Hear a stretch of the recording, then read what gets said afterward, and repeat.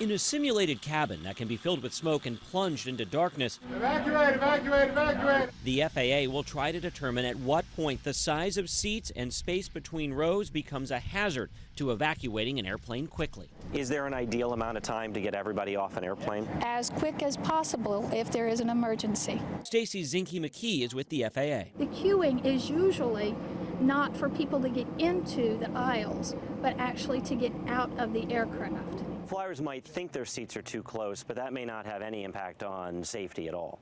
Correct. It might not, but that's the reason we're going to gather data. During the 12 days of FAA testing at this Oklahoma City facility, the 720 volunteer passengers won't have to deal with real-life obstacles like bags, smoke, comfort animals, or the dark, and the volunteers will be broken into groups of just 60.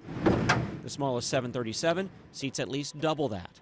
The FAA says it designed the test to focus solely on two variables, seat width and the space between rows known as seat pitch. These tests are going to be nothing but a sham. John Breo is from the National Consumers League. It and 9 other groups sent a letter to Transportation Secretary Elaine Chao and the FAA administrator criticizing the seat testing.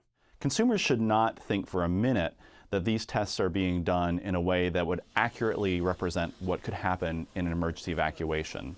Breo worries airlines will use the FAA's findings to further reduce space and add more seats. Airline seat width is down as much as 4 inches over the last 30 years to as little as just 16 inches wide.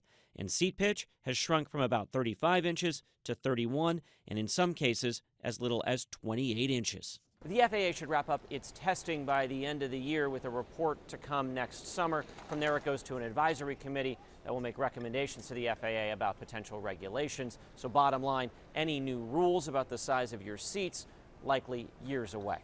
Chris Van Cleve, CBS News, Reagan National Airport.